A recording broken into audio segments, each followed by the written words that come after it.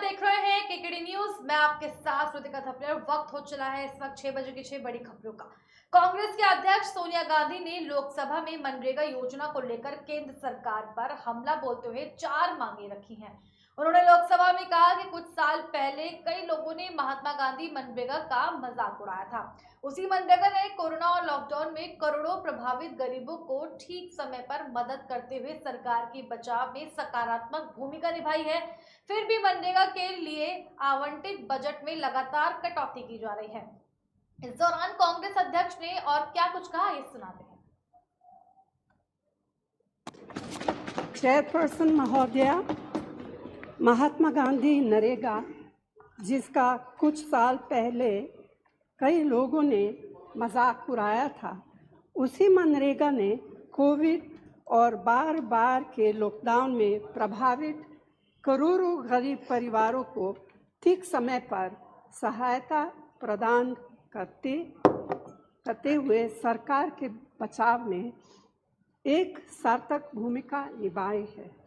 फिर भी मनरेगा के लिए आवंटित बजट में लगातार कटौती की जा रही है, जिसके कारण काम मिलने और समय पर मजदूरी के भुगतान की कानूनी गारंटी कमज़ोर पड़ रही है। इस साल मनरेगा का बजट 2020 की तुलना में 35% कम है, जबकि बेरोजगारी लगातार बढ़ रही है। बजट में कटौती से कामगारों के भुगतान में देरी होती है, जिससे माननीय सुप्रीम कोर्ट ने फोर्स्ड लेबर माना है। इसी वर्ष 26 मार्च को सभी राज्यों ने इस योजना के तहत अपने खाते में नकारात्मक संतुलन दिखाया है, जिसमें कामगारों को भुगतान का लगभग 5,000 करोड़ रुपए बकाया है। चेयरपर्सन महोदया, अभी हाल में सभी राज्यों से कहा गया है कि उनके सालाना श्रम बजट को तब तक मंजूरी नहीं दी जाएगी जब तक कि वे लोकपालों की नियुक्ति और सोशल ऑडिट से संबंधित शर्तों को पूरा नहीं करेंगे। सोशल ऑडिट को निश्चित रूप से प्रभावी बनाया जाना चाहिए, लेकिन इसे लागू करने में कमियों को आधार बनाकर इस योजना के लिए पैसे का आवंटन रोककर कामगारों को दंडित नहीं किया जा सकता है। यह अनुचित है और अमानवीय है। सरकार को इसमें बाधा डालने के बजाय इसका समाधान निकालना चाहिए। चेयरपर्सन महोदया, ग्राम सभा द्वारा सोशल ऑडिट पर कोई समझौता नहीं किया जा सकता है। इसीलिए मैं आपके माध्यम से केंद्र सरकार से आग्रह करती हूँ कि पहला, मनरेगा के लिए उचित बजट का आवंटन किया जाए। दूसरा, काम के 15 दिनों के भीतर कामगारों को मजदूरी का भुगतान सुनिश्चित हो। तीसरा, मजदूरी भुगतान में देरी की स्थिति में कानूनी तौर पर मुआवजे का भुगतान भी सुनिश्चित हो और इसके साथ ही राज्यों की वार्षिक कार्य योजनाओं को बिना किसी देरी के तुरंत निर्धारित किया जाए। धन्यवाद।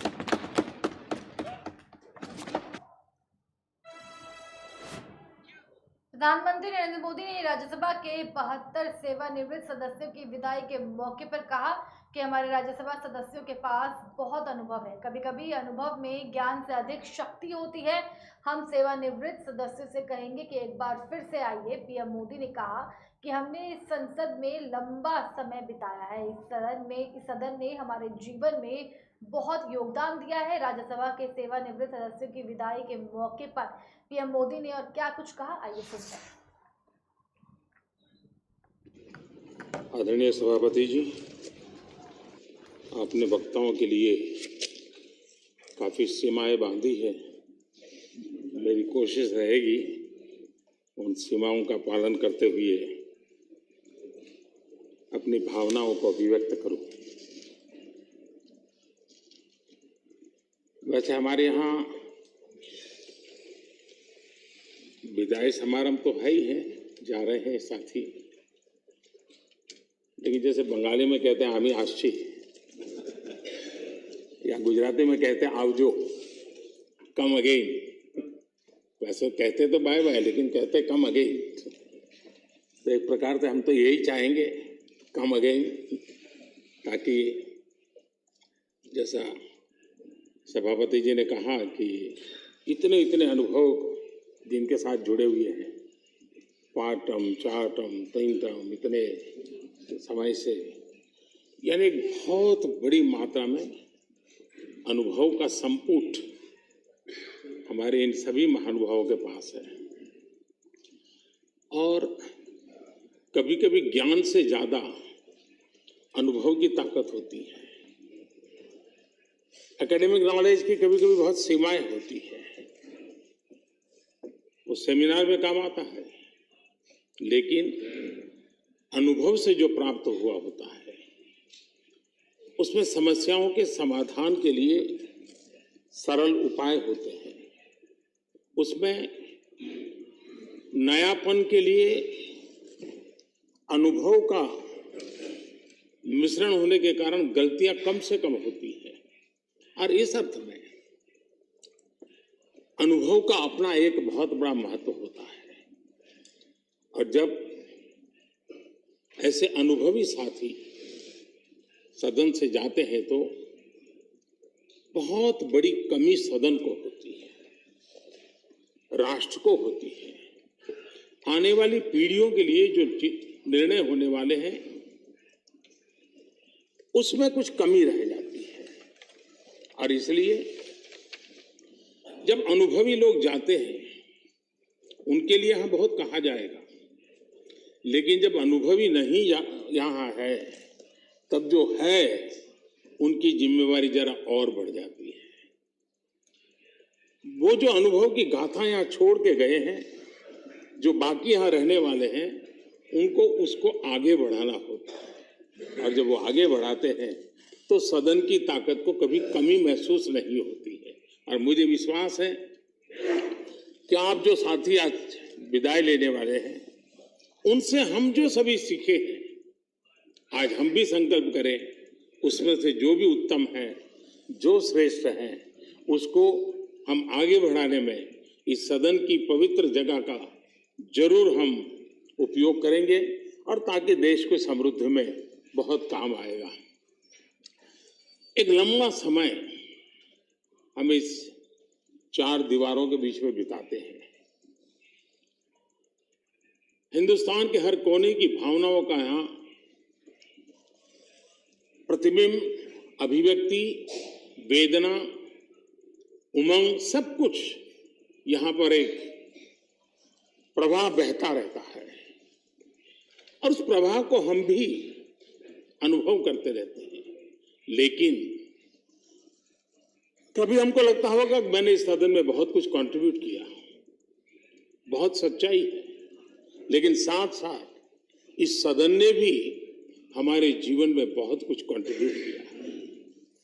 हम सदन को देकर के जाते हैं, उससे ज्यादा सदन से लेकर के जाते हैं, क्योंकि भारत की विविधताओं से भरी हुई सामाजिक व्यवस्थाओं से, अनेक प्रकार के उतार चढ़ाव वाली व्यवस्थाओं से निकली हुई चीजें, उसको हम प्रतिदिन अनुभव करते हैं सदन में। और इसलिए मैं आज यही कहूंगा कि भले हम इन 4 दीवारों से निकल रहे हैं, लेकिन इस अनुभव को राष्ट्र के सर्वोत्तम हित के लिए चारों दिशाओं में ले जाएं, चारों दीवारों में पाया हुआ चारों दिशाओं में ले जाएं, ये हम सबका संकल्प रहे। और हमारी ये भी कोशिश रहे कि सदन में अपने कालखंड में जो महत्वपूर्ण चीजें हमने कंट्रीब्यूट की हैं, जिसने देश को शेप दिया है, देश की दिशा को मोड़ा है, मैं चाहूंगा उन स्मृतियों को आप कहीं न कहीं शब्दबद्ध करें, कहीं न कहीं लिखें, ताकि कभी न कभी वो आने वाली पीढ़ियों को रेफरेंस के रूप में काम आएगी। कहीं पर भी हम बैठे हो, यहाँ हो या वहाँ हो, लेकिन हर एक ने अपने तरीके से कुछ न कुछ ऐसा कंट्रीब्यूशन किया होगा जिसने देश को दिशा देने में बहुत बड़ी भूमिका अदा की। इसको अगर हम संग्रहित करेंगे, मैं समझता हूं कि ऐसा मूल्यवान खजाना हमारे पास काम आएगा जो आने वाले लोगों के लिए काम आ सकता है, यानी एक इंस्टीट्यूशनलाइज व्यवस्था के तहत उसका उपयोग हो सकता है। उसी प्रकार से मैं ये भी चाहूंगा, ये आजादी का अमृत महोत्सव है। आजादी के 75 साल हुए हैं। हमारे महापुरुषों ने देश के लिए बहुत कुछ दिया। अब देने की जिम्मेवारी हमारी है। हम यहां से उस भाव को लेकर के, क्योंकि अब थोड़ा समय ज्यादा होगा हमारे पास, जब यहां से जा रहे हैं तो सभापति जी का बंधन भी नहीं होगा, तो आप बड़े खुले मन से एक बड़े मंच पर जाकर के आजादी के अमृत महोत्सव के इस महामूल्य पर्व को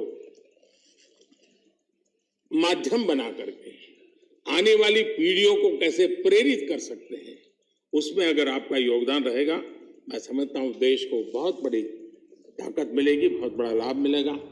मैं सभी साथियों को, मैं इंडिविजुअली उल्लेख नहीं कर रहा हूं, सभापति जी ने कहा है कि व्यक्तिगत मिले तो कह देना, तो मैं व्यक्तिगत जरूर कोशिश करूंगा। आप सबको अपनी अच्छी अच्छी बातें बताऊंगा। आपकी जो अच्छी बातें हैं उसको मैं जरूर नोटिस करता हूं। मैं फिर एक बार आप सबको बहुत बहुत शुभकामनाएं देता हूं। धन्यवाद। राष्ट्रपिता की बिहार के सीएम नीतीश कुमार ने शराबबंदी को लेकर एक बार फिर से अजीबोगरीब बयान दिया है। विधानसभा में लाया गया शराबबंदी संशोधन विधेयक पारित हो गया, जिसमें पहली बार शराब पीने पर किसी को पकड़े जाने पर जुर्माना देकर छोड़ा जा सकता है।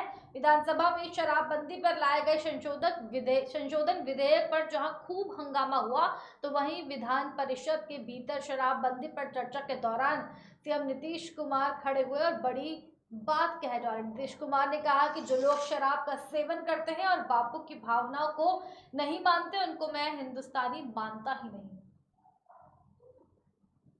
राष्ट्रपिता की भावना, बापू की भावना को भी कोई नहीं मानता है तो हम तो मानते ही नहीं है कि वो हिंदुस्तानी है, वो भारतीय तो है ही नहीं, और वो काबिल तो है ही नहीं, वो महाअयोग्य है, महापापी है।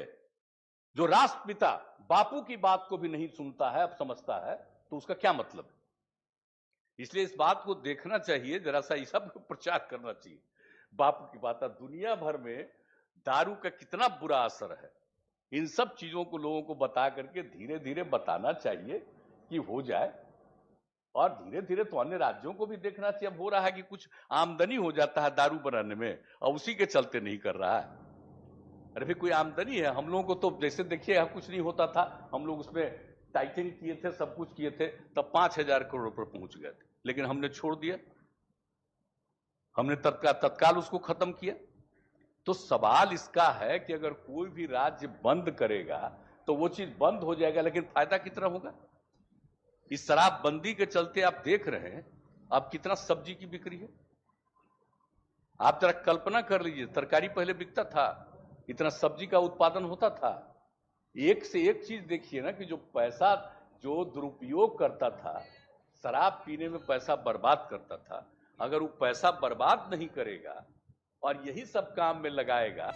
आदरणीय प्रधान भारतीय जनता पार्टी के राष्ट्रीय अध्यक्ष जेपी नड्डा ने भारत भाग्य विधाता लाल किला महोत्सव को संबोधित करने पहुंचे, जहां उन्होंने कहा कि देश में आजादी का अमृत महोत्सव मनाने का उद्देश्य न केवल देशवासियों को देशभक्ति के प्रति जागरूक करना है, बल्कि 100 साल बाद के भारत के सपने के साथ आगे बढ़ना भी है। 25 मार्च को केंद्रीय महिला और बाल विकास मंत्री स्मृति ईरानी द्वारा उद्घाटन किए गए 10 दिवसीय कार्यक्रम में जेपी नड्डा को लाल किले की दीवार पर वीडियो प्रोजेक्शन के माध्यम से भारत के 5000 साल पुराने इतिहास को दिखाया गया। कार्यक्रम के आयोजक पुनीत डालमिया भी इस दौरान मौजूद रहे। बता दें कि शो में पाषाण युग की सभ्यता से लेकर सिंधु घाटी सभ्यता के भक्तिकाल के कवियों तक भारत के इतिहास और संस्कृति से जुड़े अनुमान लगाए गए। वीडियो प्रोजेक्शन में भारतीय अंतरिक्ष कार्यक्रम और शासक पृथ्वीराज चौहान की कहानी भी दिखाई गई। कार्यक्रम के दौरान भाजपा अध्यक्ष जेपी नड्डा ने मराठी साहित्य के प्रसिद्ध लेखक नरेंद्र जाधव, शहीद भगत सिंह के भतीजे किरणजीत सिंह, अशफाकुल्लाह खान के पोते अशफाक अल्लाह खान सहित 5 लोगों को सम्मानित भी किया। जेपी नड्डा ने लाल किला परिसर में आयोजित कार्यक्रम में संग्रहालय का भी दौरा किया। आपको बता दें कि ये 10 दिवसीय कार्यक्रम 3 अप्रैल तक जारी रहेगा। कार्यक्रम के दौरान भाजपा अध्यक्ष जेपी नड्डा ने और क्या कुछ कहा, ये सुनते हैं।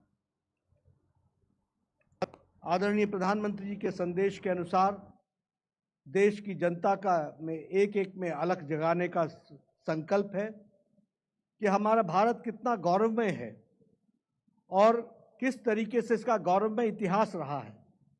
और आज़ादी के 75 साल के अमृत महोत्सव में भारत ने 75 साल में क्या क्या हासिल किया है, और इसके साथ साथ एक नए संकल्प के साथ कि जब हम आज़ादी के अमृत महोत्सव को मनाएंगे तो हम 100 साल के बारे में भारत की कल्पना कैसे रखते हैं, इसकी भी कल्पना नौजवानों के सामने रखेंगे, ताकि जब हम 100th ईयर यानी सेंचुरी मनाएं तो उस समय भारत की हम क्या कल्पना रखते हैं, उसकी गति देने का, मोमेंटम देने का, उसका जो एक लॉन्चिंग पैड है वह अमृत महोत्सव है। इस कल्पना के साथ आदरणीय प्रधानमंत्री जी सोच रहे हैं और हमारा ये कर्तव्य बनता है कि हम उनके सोच को एक रूप दे सकें। उन्होंने बहुत ही भावनात्मक अपील के साथ ये कहा कि जब देश आज़ादी का शतक मना रहा होगा तो उस समय हम कितने लोग होंगे और नहीं होंगे, यह भविष्य के गर्भ में है। लेकिन एक कल्पना लेकर के हम आज चलते हैं कि 100 साल बाद हमारा भारत कैसा होगा, इसकी संकल्पना, इसके संकल्प को हमको आज़ादी के अमृत महोत्सव में लेना है और उस ओर अग्रसर होना है, विशेष करके युवाओं को अग्रसर होना है, इस सपने को आगे बढ़ाना है। पार्टी के मित्रों चरण का आज 12वां दिन है। महंगाई के मुद्दे पर राज्यसभा और लोकसभा में आज फिर से हंगामा हुआ। विपक्ष केंद्र सरकार से ईंधन की कीमतों में बढ़ोतरी को वापस लेने की मांग कर रहा था, साथ ही इस मुद्दे पर पीएम मोदी से बयान देने के लिए भी कह रहा था। वहीं इस बीच महंगाई के मुद्दे पर केंद्रीय मंत्री मुख्तार अब्बास नकवी ने कांग्रेस पर हमला बोला है। उन्होंने कहा कि कांग्रेस के लोगों को इतनी मेहनत करने की जरूरत नहीं है, वे अपनी मम्मी जी के घर से मनमोहन जी के घर तक पद यात्रा करें, तब उनको समझ आएगा कि महंगाई क्यों बढ़ी है। केंद्रीय मंत्री मुख्तार अब्बास नकवी ने कांग्रेस पर निशाना साधते हुए और क्या कुछ कहा, ये सुनते हैं। पार्टी के मित्रों को बिना मांगी हम सलाह दें? उन्हें इतना मेहनत करना, इतना पसीना बहाने की जरूरत ही नहीं है। उनको चाहिए मम्मी जी के घर से निकलें, राहुल जी और प्रियंका जी, और मनमोहन सिंह जी के घर तक पद यात्रा कर लें, तो उनको पता लग जाएगा कि आज क्यों महंगाई बढ़ी है और उनके समय में क्यों महंगाई बढ़ी थी। आज महंगाई जो है वो सप्लाई चेन बाधित होने का कारण है। आज महंगाई का कारण युद्ध है।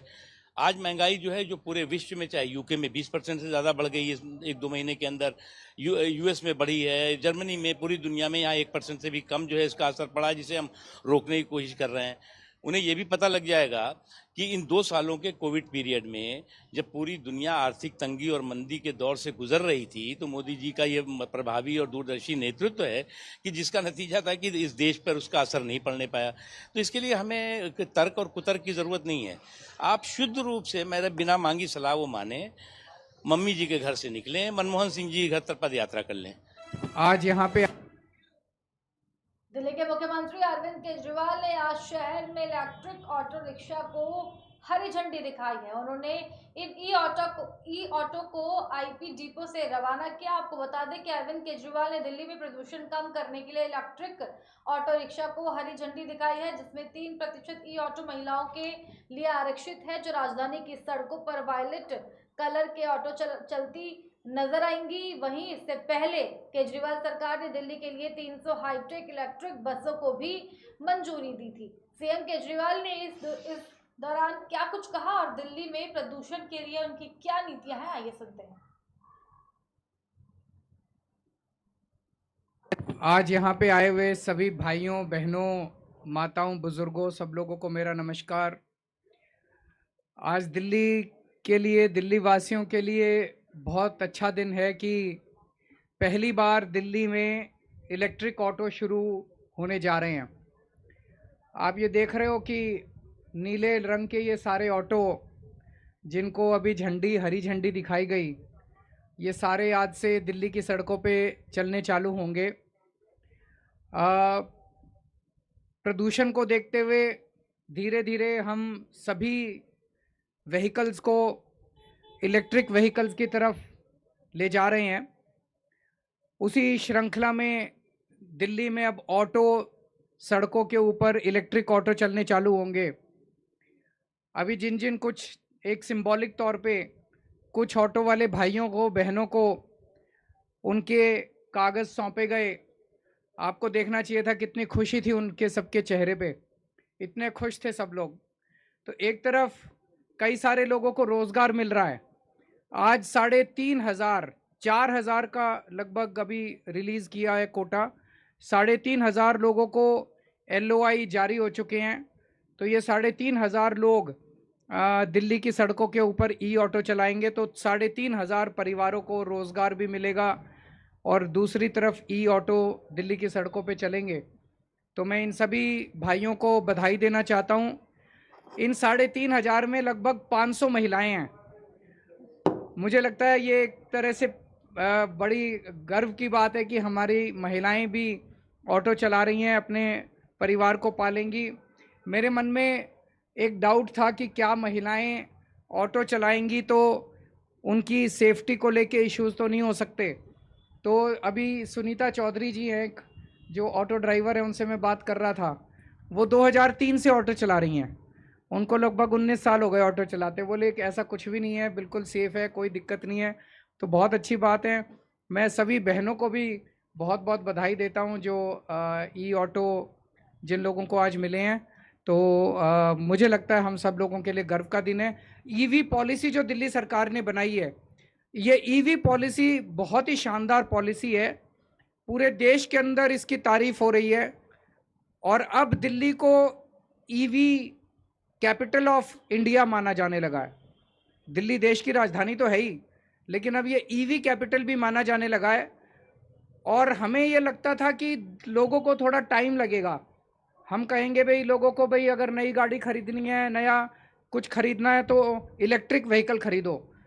लेकिन जितनी तेज़ी से लोगों ने दिल्ली के अंदर इलेक्ट्रिक व्हीकल खरीदने चालू किए, उससे हमें भी आश्चर्य होने लगा है। पहले साल के अंदर ही जब से EV पॉलिसी लागू हुई है, इस साल जो व्हीकल्स खरीदे गए टोटल दिल्ली में, उसका 10% व्हीकल, इलेक्ट्रिक व्हीकल लोग खरीद रहे हैं। तो लोगों के अंदर भी इलेक्ट्रिक व्हीकल को लेके काफ़ी उत्साह है।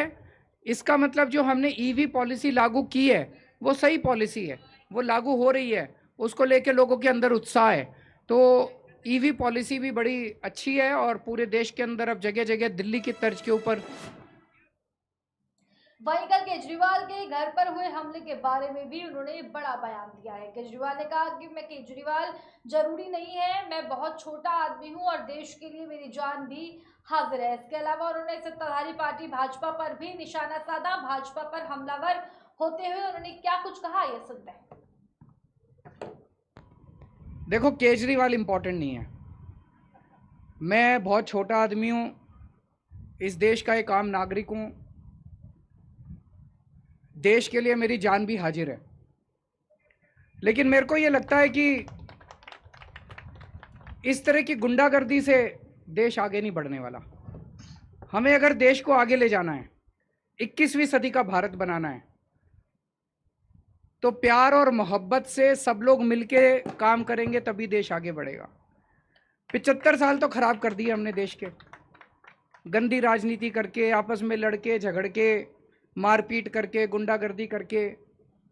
अब अगर दुनिया की सबसे बड़ी पार्टी और देश की सत्ताधारी पार्टी ऐसे राजधानी के अंदर इस किस्म की गुंडागर्दी करेगी, तो युवाओं के अंदर क्या मैसेज जाता है?